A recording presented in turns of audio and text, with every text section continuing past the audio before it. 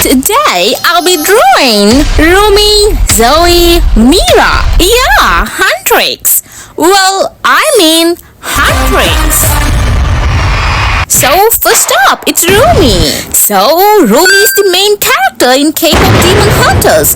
And she's honestly one of the most interesting ones in the whole movie. On the outside, she looks like a normal K-pop idol. She's the leader and main singer of her girl group called, Huntrix. Everyone knows her as this confident, talented star who shines on stage. But behind all the lights and fame, she's hiding a massive secret. She's actually a demon hunter. And not just that, she's also half demon herself. Well, you see, her mother was a famous demon hunter, but her father was a demon. So, Rumi's always been caught between these two worlds. When she was little, her mom died fighting demons, and Rumi was raised by her mom's best friend Celine, who used to be a hunter too. Because of her mixed blood, Rumi has these strange demonic markings that appear on her skin sometimes, and she's terrified that people will see them. She spends her life covering them up, pretending to be completely human, afraid that if anyone, fans, her friends, even her team finds out what she really is, they'll turn against her. But here's where it gets deeper. In their world, the power that keeps demons from attacking is a magical barrier called the Hormone, and it's powered by sound, by Rumi's singing voice. So when she sings, she's not just performing, she's actually helping keep the demons sealed away. But the problem is, as her demonic side starts growing stronger, her voice begins to fade. It's like the more she hides who she really is, the weaker she becomes, both physically and emotionally. You can really feel how scared she is of losing her voice. I mean, obviously, because her voice is her identity. It's who she is as an artist, as a hero, and as a person. Throughout the movie, Rumi is obsessed with completing something called Golden Hormone, which she believes will not only stop the demons forever, but also cure her, make the markings disappear, and make her fully human. She's convinced that's the only way she can finally live a normal life, free from her secret. But as things go wrong and the truth starts coming out, she realizes that maybe the problem isn't her demon side, it's her shame. She's been so busy trying to erase a part of herself, and she's forgotten how powerful she really is. So there's a really emotional part where people start to see her markings, and instead of hiding them, she finally accepts them. She stops running from what she is and uses both sides, her human heart and her demon power, to fight back. It's such a powerful moment because it shows that being different isn't something to hide. It's what makes her special. Her voice, which had almost vanished, comes back stronger than ever because she's finally singing as her true self. So, by the end of the movie, Rumi isn't just a performer or a demon hunter. She's both. She saves everyone not by rejecting who she is, but by embracing it completely. You can see how much she's grown. She's stronger, more confident, and finally at peace with herself. She also realizes that the people around her, her friends, her team, love her for who she is, not who she pretended to be. So, in the end, Rumi's story is really about accepting yourself, even the parts you are scared of. She starts off trying to hide her truth, but she ends up realizing that the thing she was most afraid of is actually her greatest strength. And that's what makes her such a beautiful, powerful character. She teaches you that you don't have to be perfect or normal to be a hero. You just have to be real. Okay, so that's kind of turned into a motivational part, I guess. Okay, so anyway, so one thing that I love about Rumi is her hair. I like purple, and the hair is kind of, it's giving a vibe, I don't know, with braids and stuff, with purple, it's really nice. I like the hair. Okay, so anyways, this is the final Rumi.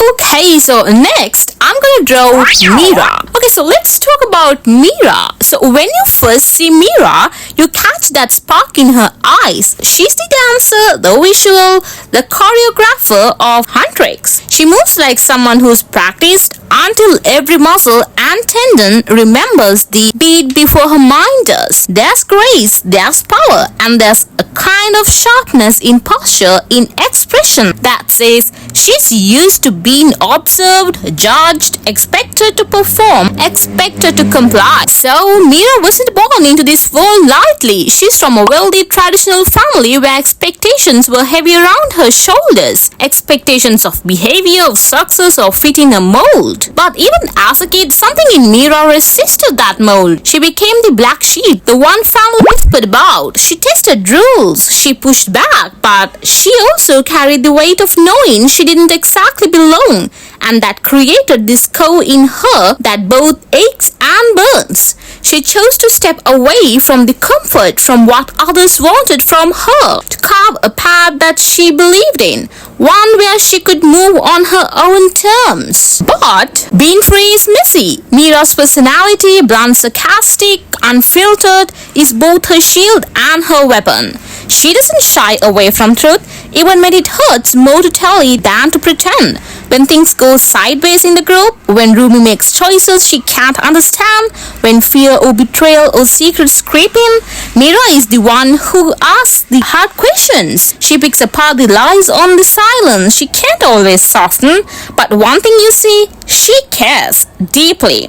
Maybe not in gentle way, but without slack. What she fights with isn't just demons, it's the idea of herself, the parts of her upbringing, of being dismissed, of being hurt, of being labeled problem child or not fitting in. She uses her dance, her body, her choreography, her spear-like weapon to express what words want, sometimes to protect others, sometimes to prove to herself that she's worthy. She's not hiding scarf, she's wearing them like armor. Inside the team, she's kind of the, glue that often doesn't get thanked.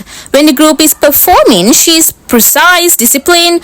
When they are battling demons, she's level, strategic. She doesn't lead with words. Her movements lie. Her eyes read people. When Rumi is distant, when Zoe is full of doubts, when tension pulses, Meera senses it. She steps in, even though stepping in sometimes means exposing her own pain, her own vulnerability.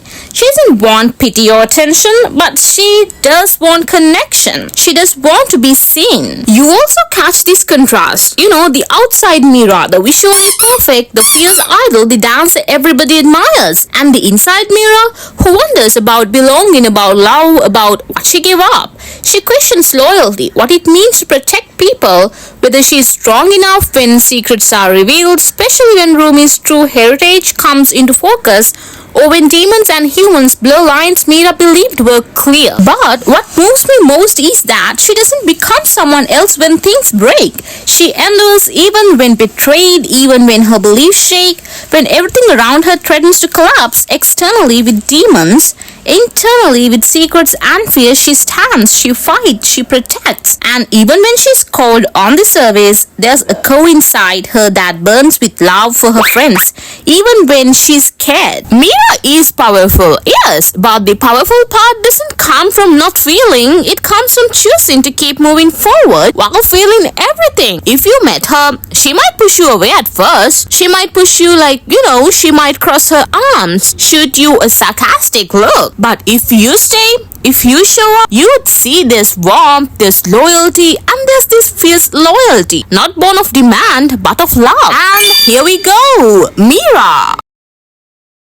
Okay, so finally, it's my favorite character, Zoe. I don't know about you guys, but I literally like Zoe because she's really funny. So anyway, Zoe is the youngest member of Huntrix. So she's the Maknae. Well, I don't know I'm pronouncing that correct or not, but the meaning is youngest sister in Korean. So she has that youthful sparkle, that energy that sort of bounces off everything. So if we talk about the background of Zoe, she's Korean American. Well, that's news for me. She grew up in Burbank, California. So she has two worlds, American culture, K-pop idol life, South Korea, And top of that, demon hunting. That brings a lot of tension inside her. She sometimes feels like she doesn't fully belong, especially being the only Korean American in the group. She wonders about her value, her belonging. So basically, Zoe is really playful, bubbly, full of humor, always cracking jokes, always trying to lift the mood. The type that even after a long busy day or a scary demon attack, she tries to make weird faces or say something silly so everyone lighten up. But don't think she's one-dimensional. When it's time to fight demons, she flips. Her face expression, body language, everything shifts. She gets serious focused. She's fiercely protective of her friends, Rumi and Mira, and also of their fans. She won't back down. Visually, Zoe stands out. She is slim and petite, with long limbs, agile body. Among Huntrix, she's the shortest. Her eyes are warm brown. Her face is rounded and soft compared to her bandmates. She has puppy-like eyes. She smiles a lot, or tries to. Her hair is black, styled into in braids buns, with little micro bangs and fringe or wispy strands around her face. It's cute. It's playful. So basically, Zoe isn't just a comic relief. She plays a vital part as a rapper, as emotional heart, and as a demon hunter. When the threat increases from rival idol group Saja Boys,